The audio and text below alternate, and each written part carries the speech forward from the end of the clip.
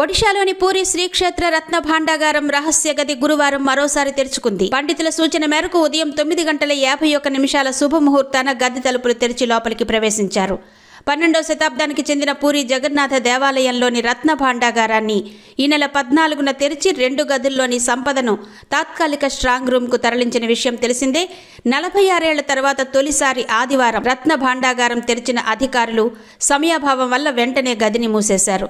గదిలోని పెట్టెల్లో ఉన్న ఆభరణాల జోలికి వెళ్లలేదు. ఈ నేపథ్యంలో గురువారం మరోసారి రహస్య గదిని తెరిచి ఆభరణాలను వేరే చోటికి తరలించారు.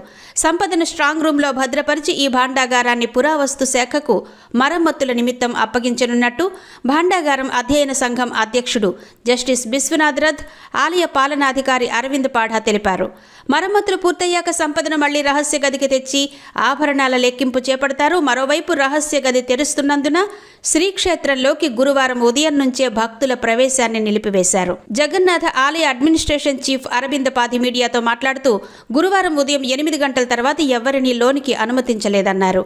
ఆలయ సింహద్వారం మాత్రమే తెరిచి ఉంచి మిగతా తలుపులన్నీ మూసివేశామని తెలిపారు. గత కొన్నేళ్లుగా భక్తులు స్వామివారికి సమర్పించిన విలువైన వస్తువులను ఆలయ సముదాయంలోని తాత్కాలిక స్ట్రాంగ్ రూమ్లోకి తరలించనున్నట్టు అరవింద్ పాధి తెలిపారు. SJTA chief administrator Arvind Padhi, justice Vishwanath Rath, Puri collector Siddharth Shankar Swain ఇతర అధికారుల సమక్షంలో రత్న భాండాగారం లోపలి గదిని తెరిచారు.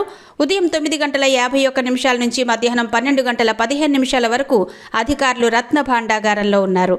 ఇక్కడి విలువైన వస్తువులను తాత్కాలిక స్టోర్ హౌస్కి తరలించారు. ఈ తతంగాన్నంతా వీడియో తీశారు.